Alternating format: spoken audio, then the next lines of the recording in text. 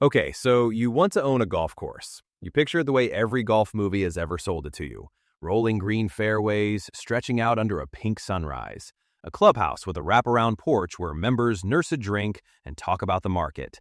Your name on a small brass plaque by the first tee. Maybe you play the game yourself, and you've spent decades handing someone else 40, 80, $150 every time you wanted to walk 18 holes. And at some point during a long, expensive round, the thought crossed your mind, what if I just owned the course instead? Here's what that daydream skips over. Since 2006, more golf courses have closed in the United States than have opened every single year for nearly 2 decades straight, and the total number of courses that have disappeared during that stretch is over 2,000. The irrigation system alone can cost more than most people's houses, and it needs to run essentially every single day the grass is alive, which in most of the country is most of the year. And the single biggest variable in whether you make money this month, the weather, is something you have zero control over, and that can wipe out a weekend's revenue with one well-timed thunderstorm. By the end of this, you'll understand exactly why golf courses are one of the strangest assets a person can own, a business where the product literally grows out of the ground whether anyone shows up to use it or not, and where you pay for its upkeep regardless. What kind of golf course are we even talking about? Just like a ranch or a gym,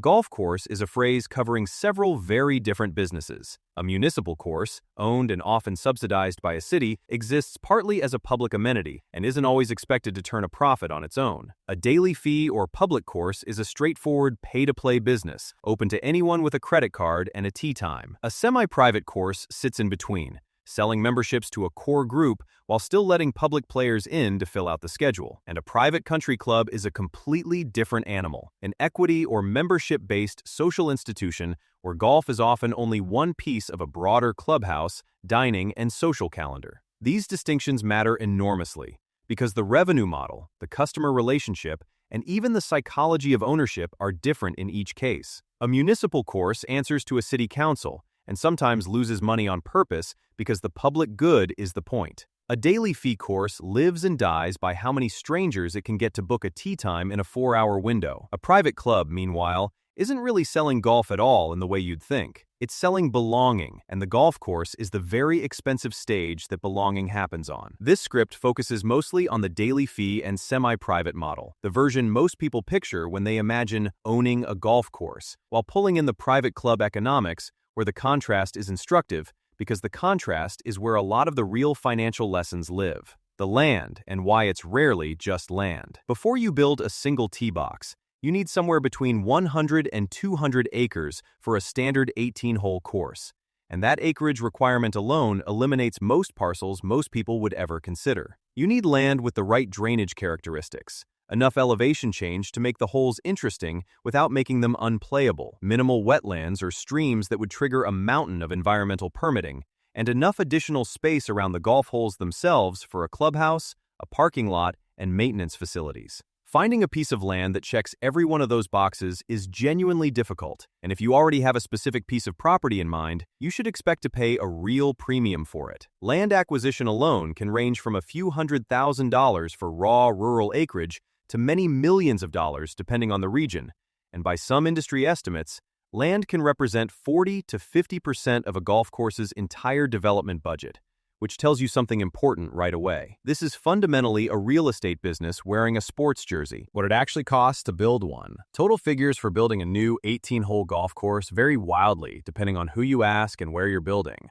But the range that shows up again and again across industry estimates runs from roughly $3 million on the modest end to well over $15 million for a high-end facility, with premium championship-caliber courses pushing past 20 or even 40 million once every feature is accounted for. Broken down per hole, industry cost guides put a typical build somewhere between $400,000 and $2.5 million per hole, which for an 18-hole course means the construction phase alone, before land and before the clubhouse, commonly lands somewhere in the $8 to $20 million range for a standard modern build. What actually eats that budget? Earth moving and grading come first, because raw land almost never has the contours a golf course needs. So bulldozers spend months reshaping the terrain into fairways, greens, and bunkers. Then comes the irrigation system, which we'll come back to in more detail because it deserves its own section entirely. Then drainage, because a golf course that floods after every rainstorm is a golf course nobody can play on. Then the actual turf establishment, seeding or sodding tees, fairways, and greens with the right grass species for the climate, which itself takes months to mature into a playable surface before the course can even open. Layer on cart paths, bridges over water features, maintenance buildings, and a clubhouse with a pro shop, locker rooms, and food and beverage facilities, and you can see how a project that sounds like some grass and 18 flags turns into an 8-figure construction undertaking. Professional design fees alone, paid to a golf course architect and the environmental consultants required to get the permits approved, can run anywhere from $20,000 for a modest project to $500,000 or more for a signature design from a well-known architect. And that's before a single shovel of dirt moves. Water, the infrastructure that never stops needing money. If there's one line item that separates golf courses from almost every other business covered on this channel, it's water. An 18-hole golf course applies somewhere between 50 and 200 million gallons of water annually just for irrigation, depending on climate, turf type, and soil conditions. And that water has to arrive through a purpose-built irrigation system of pumps, underground pipe networks, and thousands of individually controlled sprinkler heads spread across well over 100 acres. Installing that system is itself a major slice of the construction budget, and ongoing annual maintenance on the irrigation infrastructure alone typically runs 1 to 3% of what it costs to install every single year, forever, just to keep the pumps and controllers functioning. Then there's the cost of the water itself. Roughly a quarter of American golf courses purchase their water rather than pulling it from an on-site well or a lake. And for those that do, the national average annual water bill is around $107,000, according to superintendent survey data. That number balloons dramatically depending on region. In the American Southwest, where golf courses are essentially green anomalies dropped into a desert, average annual water spending climbs past $230,000. And some individual courses report water budgets that differ from a neighboring course by $1 million a year based on nothing more than which water source they're allowed to draw from. Water is, in the words of the people who actually run these facilities, the single largest controllable operating cost most golf course superintendents face, and it's controllable only in the sense that you can optimize it, not in the sense that you can meaningfully avoid it. The grass needs the water whether a single golfer shows up that week or not. Maintenance. The business you're actually running. Here's the thing almost nobody grasps until they own one. A golf course is not primarily a recreation business. It's an agriculture business that happens to have flagsticks in it. The turf is alive. It grows. It gets disease. It gets stressed by heat, drought, foot traffic, and frost. And someone has to manage all of that every single day, regardless of how many rounds get played that week. According to industry survey data compiled by the Golf Course Superintendents Association of America, the nationwide average total maintenance budget for an 18-hole course sits right around $1 million a year, with private clubs running considerably higher, averaging over $1 million annually, and daily fee public courses averaging closer to $550,000. Break that maintenance budget down, and one number jumps out immediately. Labor makes up almost 57% of it. A public access course typically employs 12 to 18 maintenance staff, including seasonal workers, while a private club maintenance crew usually runs 18 to 25 people, all of whom are out there before sunrise mowing greens to the exact height a serious golfer expects, because greens that are mowed a fraction of an inch too long or too short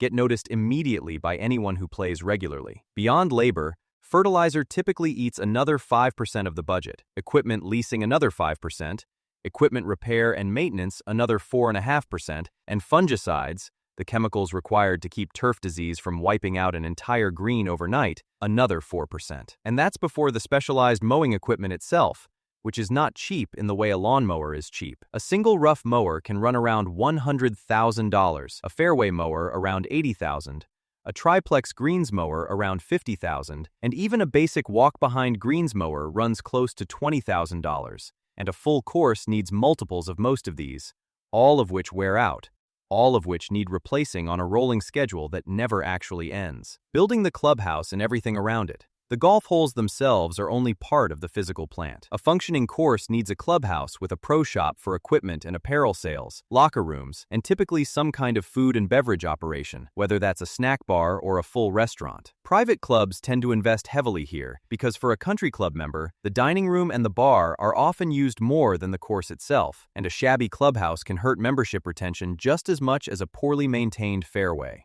Add a cart fleet, because most American golfers expect a golf cart to be available even if they'd rather walk, and a fleet of 40 or 50 carts, whether leased or purchased outright, represents its own six-figure line item with its own maintenance and battery replacement cycle running in the background permanently. The people beyond the maintenance crew.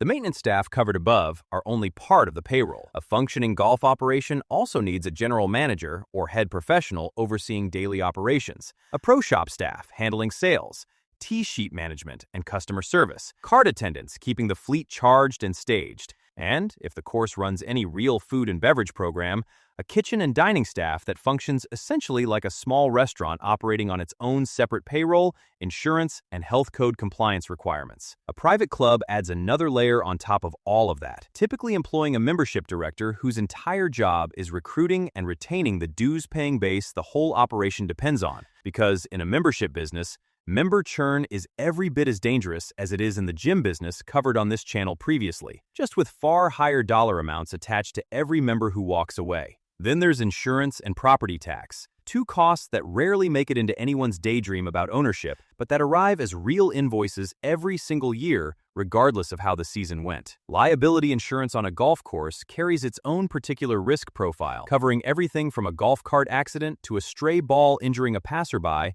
to a slip on a wet clubhouse floor. And premiums have climbed industry-wide in recent years alongside general commercial insurance trends. Property tax on 150-plus acres, even acreage assessed at agricultural or open space rates rather than full commercial value, is rarely a trivial number. And in markets where nearby land is being rezoned for housing or retail, a golf course owner can find their property tax bill climbing simply because of what the land around them is now worth, even if the course's own revenue hasn't moved at all. How a golf course actually makes money. On the revenue side, a daily fee course has a few core streams. Green fees, the price of a single round, form the base of the business, and these vary enormously by market and by course quality, from under $30 at a modest municipal course to several $100s at a high-end daily fee destination course. Cart rentals stack on top of that. Then there's the pro shop, selling clubs, balls, apparel, and accessories, which functions much like retail in any other business, with its own inventory risk and its own margins. Food and beverage adds another layer, and for many courses, the halfway house snack bar and the clubhouse restaurant combined can represent a meaningful share of total revenue, sometimes rivaling green fee income at well-run facilities. Finally, there's the events business, weddings, corporate outings, and tournaments, which many modern golf operations have leaned into aggressively, because a single wedding reception can generate more revenue in an evening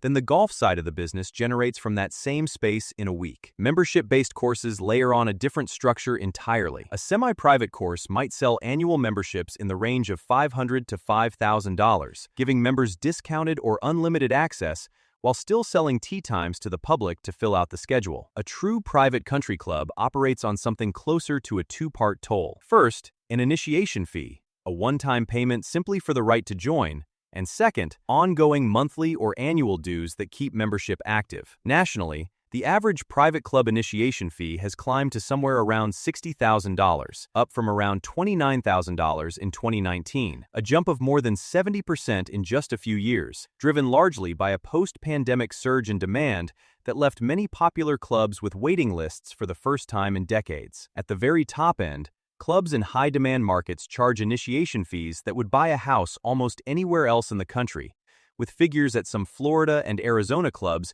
reported in the several $100,000 range, and with typical monthly dues on top of that landing anywhere from $300 at a modest club to several $1,000s a month at the most exclusive addresses. Here's the part that matters if you're the one running the club rather than joining it. The initiation fee is effectively an interest-free loan from your members, capital that funds the clubhouse renovation or the new irrigation system. And the monthly dues are what actually keep the lights on and the greens mowed year-round. A private club with a healthy, growing membership roll and a waiting list is one of the more stable versions of this business, because dues arrive whether it rains or shines. A private club that's losing members, on the other hand, faces a brutal math problem because the fixed costs of maintaining 150-plus acres of turf don't shrink just because fewer people are paying dues to support it. Weather, the one variable nobody controls. Every business has risk. Few businesses have a risk factor this direct. A single afternoon thunderstorm can wipe out an entire day of green fee revenue on a course with no meaningful fixed cost relief, because the maintenance crew still has to show up, the irrigation system still runs, the mortgage or lease payment on the land is still due. A prolonged drought forces courses in already water-stressed regions to spend even more on irrigation just to keep greens alive, right as local governments frequently impose the tightest watering restrictions during exactly those droughts. A harsh winter in a northern climate can shut a course down entirely for 4 or 5 months a year, turning what would be a 12-month revenue stream into an 8-month one, while most of the fixed costs, insurance, property tax, loan payments, keep accruing on the calendar's normal 12-month schedule regardless. Golf, unlike almost any indoor business on this channel, is a product you cannot deliver at all on a meaningful share of the days you're paying to keep it maintained. The Oversupply Story, how an entire industry overbuilt itself. To understand the single biggest structural risk in this business, you need to understand what happened to American golf over the last 40 years. Because it's one of the cleanest boom and bust stories in any industry covered on this channel. Between 1986 and 2005, the United States built more than 4,500 new golf courses, a 44% expansion of the entire national supply in just 20 years. A huge share of that building boom wasn't actually driven by golf demand at all. It was driven by real estate. Developers built golf courses as amenities to sell surrounding homes, betting that a fairway view would move houses faster and at a premium price. And for 2 decades, in a rising housing market, that bet mostly paid off. The golf course itself often wasn't expected to be the profit center. It was marketing. Then the housing bubble burst. In 2006, for the first time in 60 years, the number of golf course closures in the United States exceeded the number of new openings, and it has stayed that way essentially every year since. The Great Recession accelerated the correction, but the underlying problem predated the recession. There were simply more golf courses than there were golfers willing to pay to play them regularly, and the golf course as real estate amenity model collapsed the moment the housing market it was subsidized by collapsed alongside it. The numbers are stark. Since 2006, the United States has seen a net reduction of more than 2,000 golf courses, roughly 13% of the entire national supply permanently removed from the market. In the worst years of the correction, more than 150 courses closed annually, year after year, for the better part of a decade. Closures peaked around 2019, right before the pandemic, and 96% of the courses that closed during the worst stretch of this correction were public courses, the daily fee and municipal facilities that had the thinnest margins and the least insulated membership base to fall back on when play declined. A national public radio investigation into the crisis found that an estimated 800 golf courses closed in just the decade leading up to 2019, freeing up vast swaths of land for redevelopment and leaving remaining public courses fighting an increasingly brutal battle for a shrinking pool of regular players. Here's the twist that makes this a genuinely interesting business story rather than just a cautionary tale. The pandemic changed the trajectory in a way almost nobody in the industry predicted. With indoor entertainment shut down and people desperate for an outdoor activity that was naturally socially distanced, golf experienced a participation boom unlike anything the sport had seen in decades. Course closures, which had been running well over 100 a year for most of the previous decade, dropped sharply, falling to roughly 90 closures in 2023, a 2-decade low, and by some measures,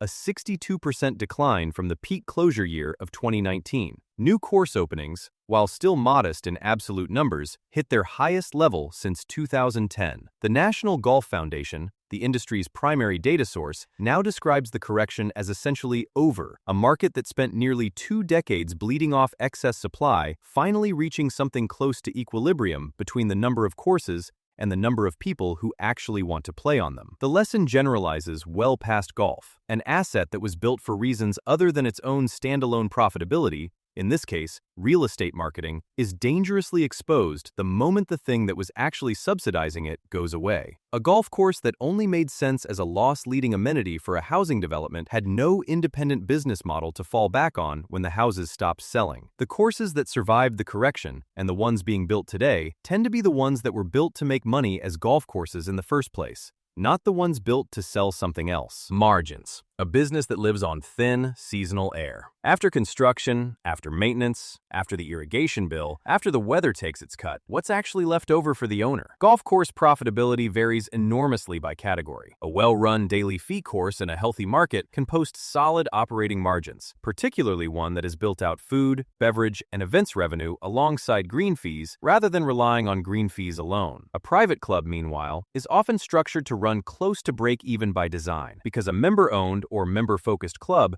generally isn't trying to maximize profit for outside shareholders. It's trying to reinvest member dues back into the facility members are paying to enjoy, which is a completely different financial objective than a normal small business chasing net margin. But across the category broadly, this remains a capital-intensive, thin-margin business relative to the size of the asset sitting on the balance sheet. You've got 8 figures of land and construction cost, a 7-figure annual maintenance bill that barely flexes with how much play the course actually gets, and revenue that's disproportionately concentrated into whichever months of the year the weather and the calendar cooperate. It's a business where the fixed costs look a lot like a factory's, and the revenue pattern looks a lot like a seasonal retailer's, and reconciling those two realities is the entire skill of running one successfully. The honest version. A golf course is, underneath the sunset photography and the brass plaque by the first tee, an agricultural operation with a retail storefront and a real estate bet layered on top of it. The grass needs water and labor every single day the plant is alive, whether or not a single person shows up to hit a ball across it, which means your largest cost is essentially fixed no matter what your revenue does that week. Your biggest external risk, the weather, is completely outside your control, and your industry spent 20 years teaching itself a brutal lesson about what happens when courses get built for reasons other than golf's own economics. Run well, with a diversified revenue base across green fees, memberships, food and beverage, and events, in a market that isn't already oversaturated with fairways, it can be a genuinely durable business, and the recent stabilization in course closures suggests the worst of the industry-wide correction may finally be behind it. Run on the old real estate amenity playbook, betting that the golf course itself doesn't need to make money as long as it sells the houses around it, and you're building exactly the kind of asset that made up a disproportionate share of the 2,000 courses this country has bulldozed since 2006.